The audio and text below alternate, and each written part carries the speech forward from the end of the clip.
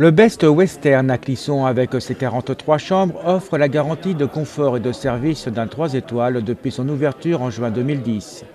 Aujourd'hui, le Best Western Villa Saint-Antoine est le premier hôtel du vignoble nantais à recevoir le label écologique Écolabel européen.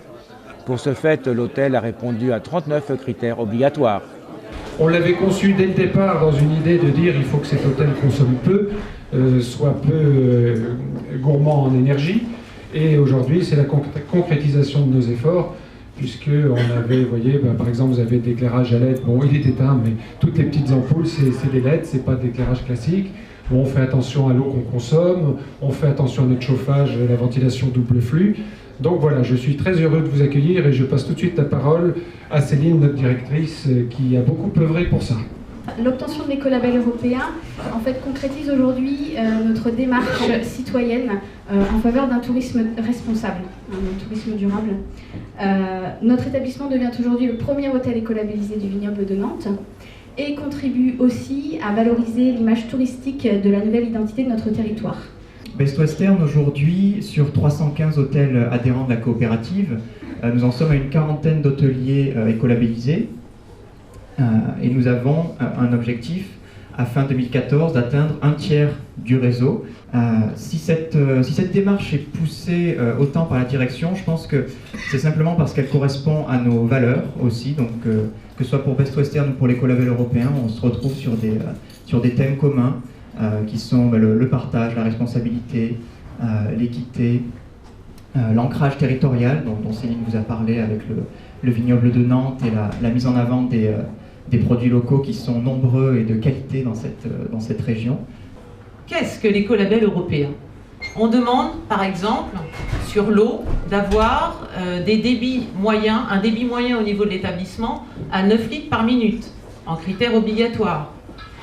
Pour gagner des points supplémentaires, si on a 8 litres par minute, ça ne fait qu'accroître aussi la possibilité d'avoir l'écolabel. Au niveau de l'énergie, on demande à ce que 80% des ampoules de l'établissement soient en classe A, avec un petit zoom sur celles allumées plus de 5 heures, où il faut que ce soit 100%. Autre exemple, sur les déchets, il n'y a plus de substances, de produits individuels au petit déjeuner. Tout ce qui est sucre enveloppé, tout ce qui est barquettes de confiture, etc. n'est pas bon. On demande aussi, en tant que faire se peut, de faire appel à des produits locaux.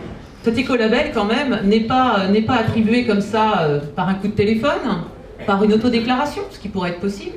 C'est le seul référentiel public qui existe, puisqu'il est conçu au niveau européen, avec des groupes de travail, avec des représentants du tourisme au niveau européen, avec les associations de consommateurs et bien sûr les associations de défense de l'environnement.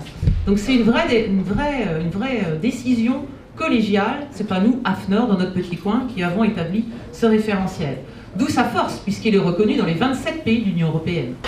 Ça devient une histoire, l'histoire du permis de construire, l'histoire du débat qu'on a eu entre nous pour justement l'accès du public à proximité de cette terrasse, et qui est déjà le début d'une démarche où on est dans la population avec une inculturation.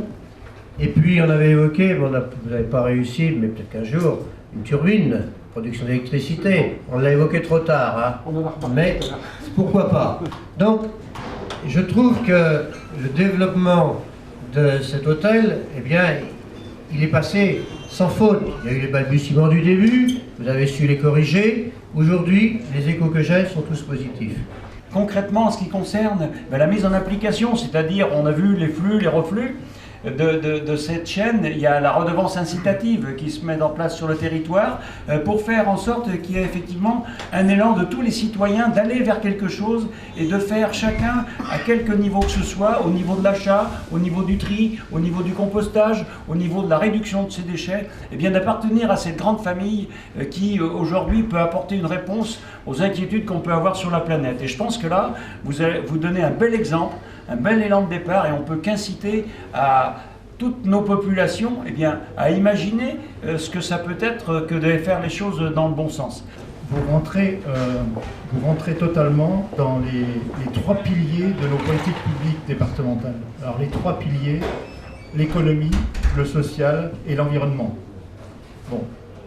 Aujourd'hui, il y a des gens qui considèrent que la préoccupation environnementale est la première et seule préoccupation. Mais on est tous là pour constater que la préoccupation économique est une préoccupation importante aussi. Et vous avez vu aussi que l'association avec le personnel, pour leur donner du travail d'une part, mais aussi pour la prise de conscience qui est nécessaire aujourd'hui sur les différents problèmes de citoyens, eh bien, cette prise de conscience-là est une de vos préoccupations. Madame Pénaud, Monsieur Bouillet, je vous remets à vous, mais c'est au nom aussi de toute votre équipe, enfin pour toute votre équipe, ce certificat Écolabel européen, bien mérité. Bravo, félicitations.